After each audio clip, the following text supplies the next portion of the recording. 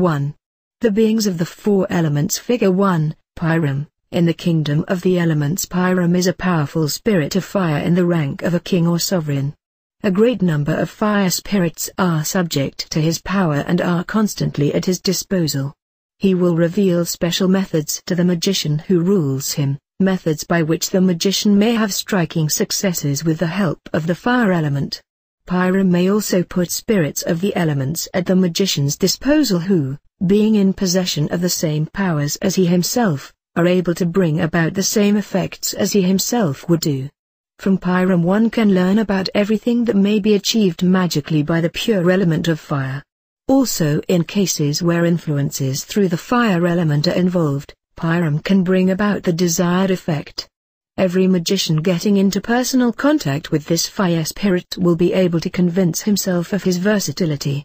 The sign of his seal must be drawn in red color on a piece of blotting paper at the time of his first evocation. One may also use a small iron plate instead of the blotting paper, and engrave the sign of seal on it. A talisman produced in this manner must, however, always have the shape of a pentagon. The latter statement goes for all signs of seals for beings of the fire principle. Figure 2, Uftif, is also a spirit of the fire having the same rank as Pyram. He therefore is able to bring about the same effects as Pyram. The only difference between the two lies in the fact that Uftif is not so active as Pyram and therefore is easier to control. He has a greater affection for human beings and can give the magician various magical information on the fire element, for instance, how, by help of the fire element and various effective rites, excellent effects can be obtained and the like. Uftif will initiate the magician, should he wish it, thoroughly into the magic of the fire 115 element, using special methods for this purpose. He is also quite willing to offer the magician the services of the beings subject to his authority, and confers the same powers that he himself possesses to them. The sign of his seal must also be drawn in red color for the first evocation. Figure 3, Oyudu, is a much dreaded spirit of high rank in the realm of fire. Employing his subjects, he causes outbreaks of volcanoes either directly or indirectly, and he instigates all matters that are connected with fierce and great fires. The latter may not only be caused by him, but can also be controlled and stilled by him. The magician with Oyudu under his control and as his friend can achieve great things with the help of the fire element. Oyudu, too, like the other two spirits of the fire, may provide the magician with subordinated fire spirits, and many a magician has been able to achieve many magical arts with the help of the fire element and assisted by the beings Oyudu placed at his disposal. The sign of Oyudu's seal has to be drawn in yellow color for his first evocation. Figure 4, Itumo, sign to be drawn in yellow color, is also a male being of the fire, who likes to be, and to move about, near the surface of our earth and who has a special capability of causing heavy thunderstorms, preferably cloudburst, by means of his subjects. Controlled by a magician, he instructs him how to cause various types of thunderstorms with his servants and how to stop them. Everything that may happen in a thunderstorm is effected by Itumo. By his assistance and by the help of his servants I have often successfully influenced thunderstorms. Figure 5, Koroman, sign to be drawn in red color, has the rank of a potential head with legions of beings fulfilling various tasks in the fire element. Koroman controls the fire element in the three kingdoms, the kingdoms of men, animals and plants, and may have effects through them. He can offer reliable subjects who are able to help the magician by the force of the fire element in any respect, regardless whether he operates ritually with the subordinated spirits or whether he has his influence work by the magic of sympathy. Koroman can introduce the magician to a great number of practices, especially the curing of sick people who may be treated with the fire element. Figure 6, Tafith, sign to be drawn in red color, is, like the above-mentioned being, also a friend of men. He is able to assist the magician in a number of alchemical operations and to protect him by his element, i.e., the element of fire. He, too, makes the magician succeed in various magical operations with the fire element and teaches him to recognize the various states in alchemical operations and to know and control the individual procedures. Afith, 2, puts at the magician's disposal good subordinated beings who can help him in many ways to work successfully with the element of fire. Figure 7, Ahriman, sign to be drawn in blue color, is a powerful fire spirit who, 2, can help the magician with many magical practices for which the use of the fire element is essential. His fundamental qualities of pyrotechnics enable him to make the magician acquainted with the art of pyrotechnics, which may later also be practiced, ritually by the magician himself or by Ahriman's subordinate beings now put at his disposal. Ahriman and his subordinates like to control the work done in gorges and like to be about places where manual or mechanical work is done by the help of fire. The magician receives the most interesting information from Ahriman and his subordinated beings on everything that has to do with pyrotechnics. Figure 8, Amtophule, sign to be drawn in blue color, is by no means lower in rank and power than the beings of the fire element already mentioned. This fire spirit shows the magician how he can be effective in the kingdom of the fire element. He instructs him how to assert his magical authority so that he has complete control over any being of the fire element. Amtophule therefore is an excellent initiator into the so-called magic of the fire. The magician is taught by him how to defend himself against the element of the fire in order to become unassailable by fire, that is, invulnerable up to a certain degree. The magician is then afterwards able to take burning coals into his hands without suffering any harm. But also many other magic arts which can be realized by the fire element are freely revealed to the magician by Amtophule. Nevertheless, Amtophule is, even if completely controlled, rather a dangerous fire spirit. Many such fire spirits of the same rank with whom I formerly had communication could be mentioned here. However, the above 8 examples will be sufficient for the magician. Next are 8 beings of the water element. Figure 9, a Masol, red color to be used for the first evocation, is commissioned to cause storms on the sea either by himself or by his subjects or to calm them depending on what divine providence has ordered him to do. A Masol informs the magician how to get under his control, from the magical as well as the quabalistic point of view, the magnetic power of the water. He places at the magician's disposal also excellent subordinated beings who help to realize his wishes by the watery element. Figure 10, Ardifn, color of sign also red, is a good initiator and teaches the magician how he should, by force of the water element, work his influence by ritual magic on man and animal in the right manner. If the influenced object gets somehow into contact with the water element, for instance by rain, washing, drinking of beverages etc., then Ardifn or his servants will help to speed up the influence and, in consequence, to realize the magician's desires. Figure 11, Izarfil, color of sign, silvery white, is a very beautiful ruler in the kingdom of the water element. To describe her beauty by words would give much difficulty even to a talented poet. Izarfil has many servants known as water fairies or nymphs. Izarfil knows many magic secrets in relation with operations with the element of water and can give the magician much information and reveal to him many practices.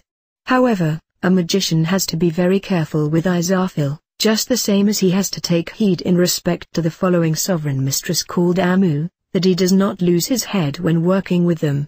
Both are experts in binding men by their beauty and taking possession of them.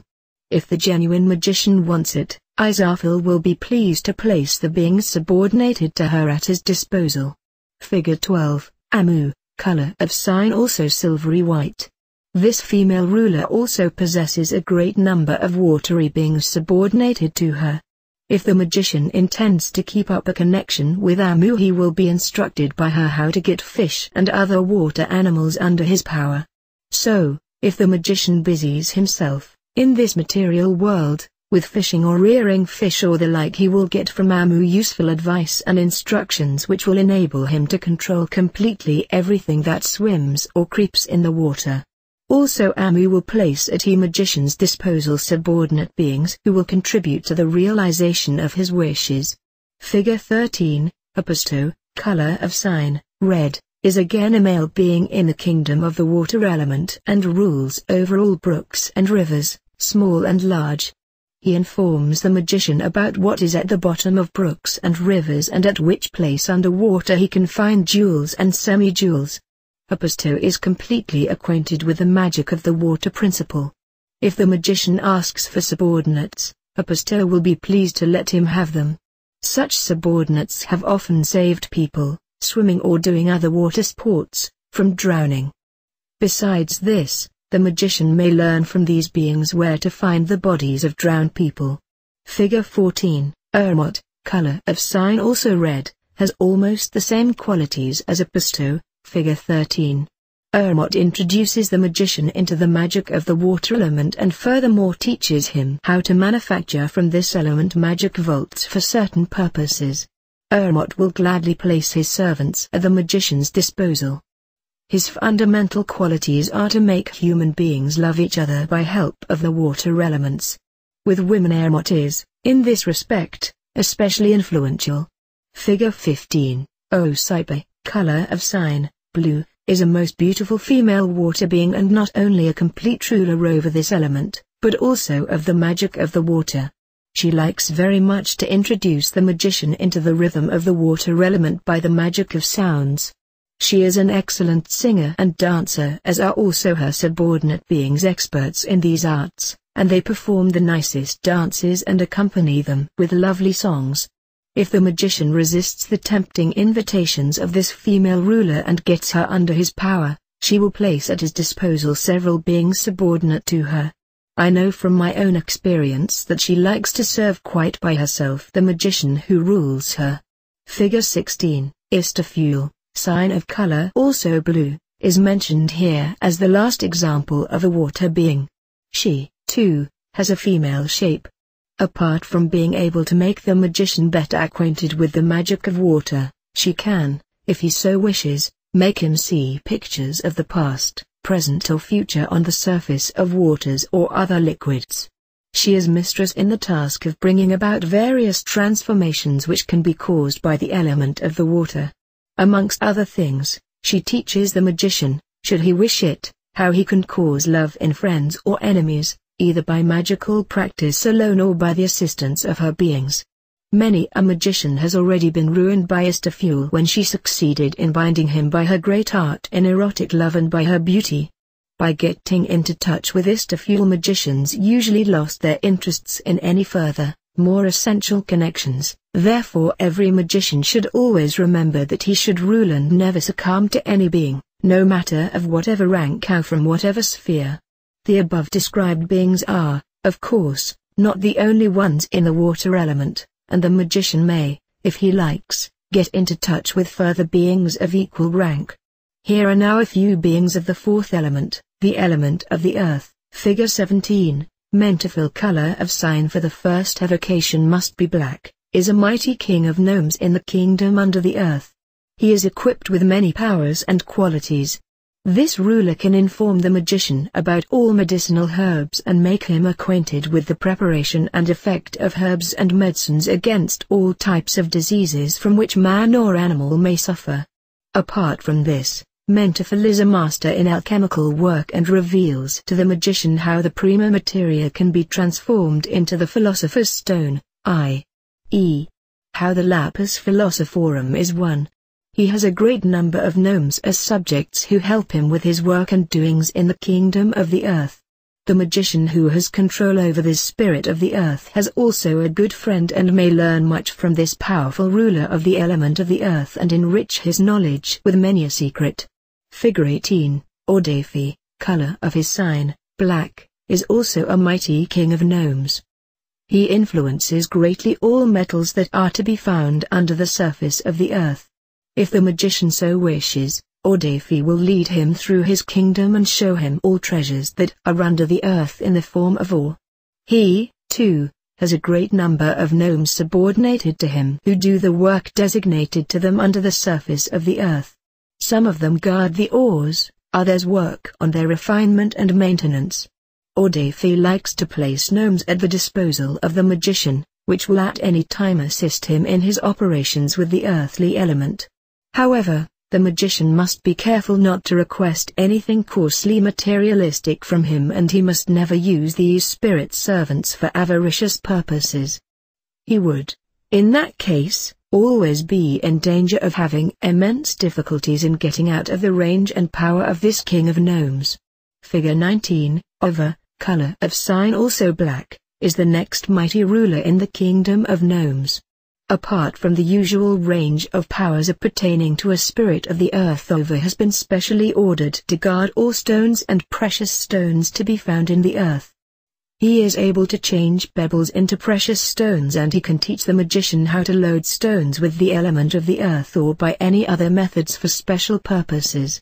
The occult meaning of all precious stones is well known to Ova, and the magician can find out about this especially for producing talismans, lucky stones, etc. Should the magician request it, this powerful ruler over gnomes can place at his disposal many subjects of his kingdom. But the magician must take heed not to succumb to the brilliant appearance of Ova. He should not mind being taught certain things by beings like this, but he should never ask for anything material of them, for they like to see magicians take presents in order to make them dependent. Figure 20, Ladura, color of sign also black, is another powerful ruler over gnomes who is commissioned with crystallization in the earth principle. His biggest range of power lies under the earth, where there are crystal products like salts, for instance. From Ijura the magician will find out where to look for stone salt or other compounds, and will be taught by this king of gnomes how salts in general develop, is informed about their chemical and hermetic analogies, and will learn, at the same time, the occult use of various kinds of salt for magical purposes by the element of the earth. Ijura knows many secret methods, such as how various salts are derived from plants and minerals, and is quite willing to inform the magician about this. He also introduces him to their practical use for medical, alchemical purposes, etc. A magician may learn a great deal of things from Ijura that mere book learning could never give him. Figure 21, Musa, color of sign, brown, is also one of the powerful kings of gnomes and specialist in the magic of the earth. He informs the magician about the electromagnetic drifts inside the earth, how to control them practically and how to make use of them.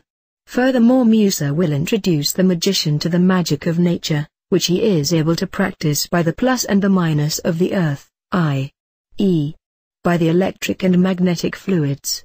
He also learns from this king of gnomes how these two radiations, which by chemical disintegration influence the life on and under the earth, originate from the hermetic point of view. In the kingdom of the element of the earth, Musa is one of the most respected beings. He may be called a genuine magician of the earth. Figure 22, Nikas, color at the sign, brown, also one of the rulers of gnomes, will explain to the magician the hermetic procedure of vegetation and its occult meaning. From Nikas the magician can find out how trees, vegetables and all other plants are being nourished by the drifts and powers under the earth. He will be informed by him how to accelerate and control the life of vegetation by the magic of the elements.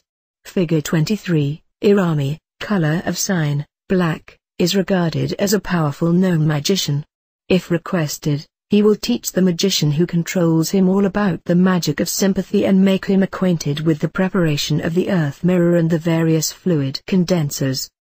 Besides this, he will initiate him into the practical application of the earth element.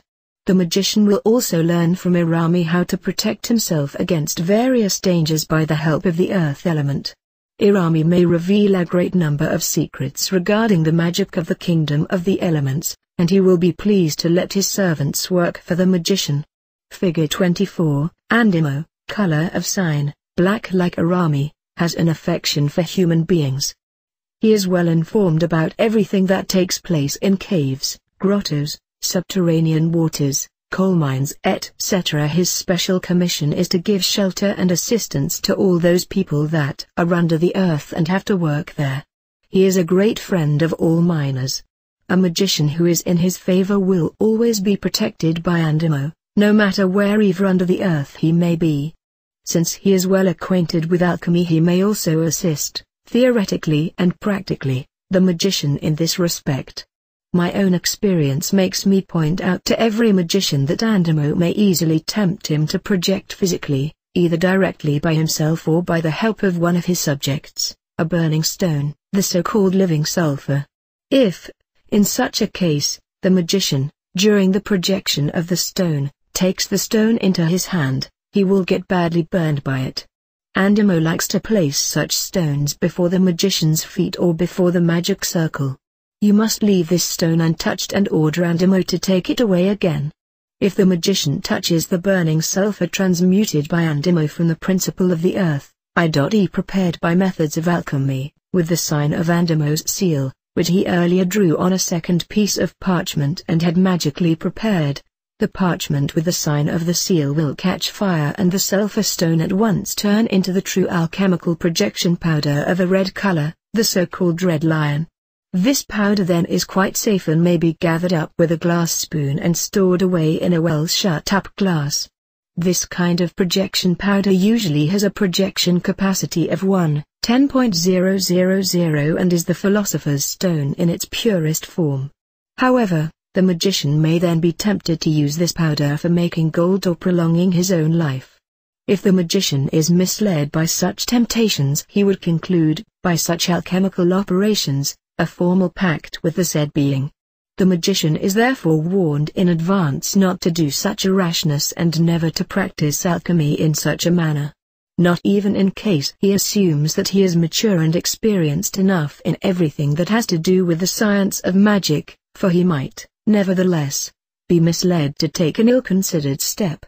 When dealing personally with Andemo, I had the opportunity of convincing myself of these facts, but I ordered Andemo to take the powder back to his own kingdom.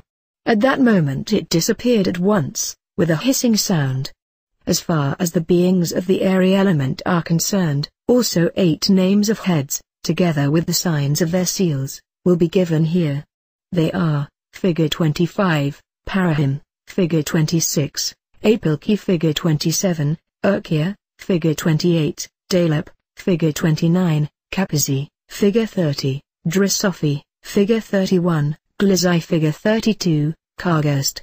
However, I desist from giving any closer description of these intelligences for the simple reason that beings of the air are, apart from being very shy, not at all pleased with men. It takes much effort to force them down, and only a genuine magician will succeed in getting them entirely under his control. The things that the airy beings taught me were later also communicated by any head of the zone girdling the earth. The reader will be given more information on this zone and its beings in the second chapter of the hierarchy. Each magician is able to find the evidence for these statements by his own practical experience. The 8 beings of the earth element mentioned above may be enough for the magician, for he is able to gather individual experience by his own practical work. However, I must point out again to every magician that he must not be the first to start the conversation with a being that is being evoked for the first time. Furthermore, it must be mentioned here that every being appears in a different way. I have desisted from describing each being's color, height, shape and way of speaking, for it would be of little value to the practicing magician. It could even happen that due to a full description the magician, at the moment of evocation, could be deluded by his power of imagination, and, in consequence, would create an elemental instead of evoking the actual being. Such an elemental would then take on the shape of the being. In order to prevent this, no details have been given here about the outer appearance of any being. The genuinely prepared magician will never be misled by hallucinations and will not create phantoms or anything of that sort. If he has done the necessary magical preparations well, he will always get the true being under his control and will see it, hear it, and feel it.